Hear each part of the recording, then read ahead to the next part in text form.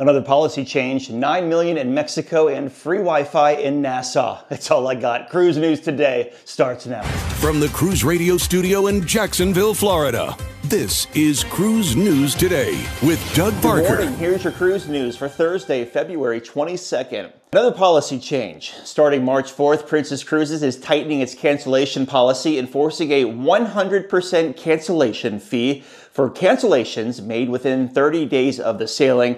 That's a significant change from its current 14-day policy.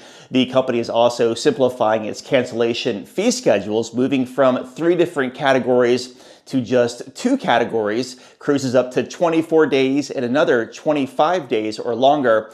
Additionally, for cruises of 5 days or less, the final payment deadline will shift from 75 days to 90 days before departure. And Mexico is poised to set a new record by welcoming over 9.3 million cruise ship passengers this year. Wow.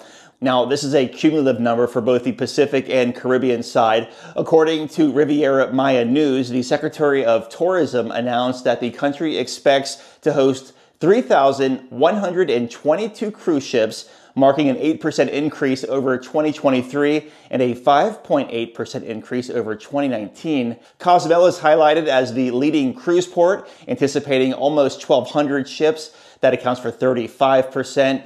The second port is Costa Maya, that's 598 visits, and over on the Pacific side, Ensenada leads the way with 278 cruise calls. And last week, the Port of Nassau, Bahamas began installing wireless infrastructure for wireless services in the port area.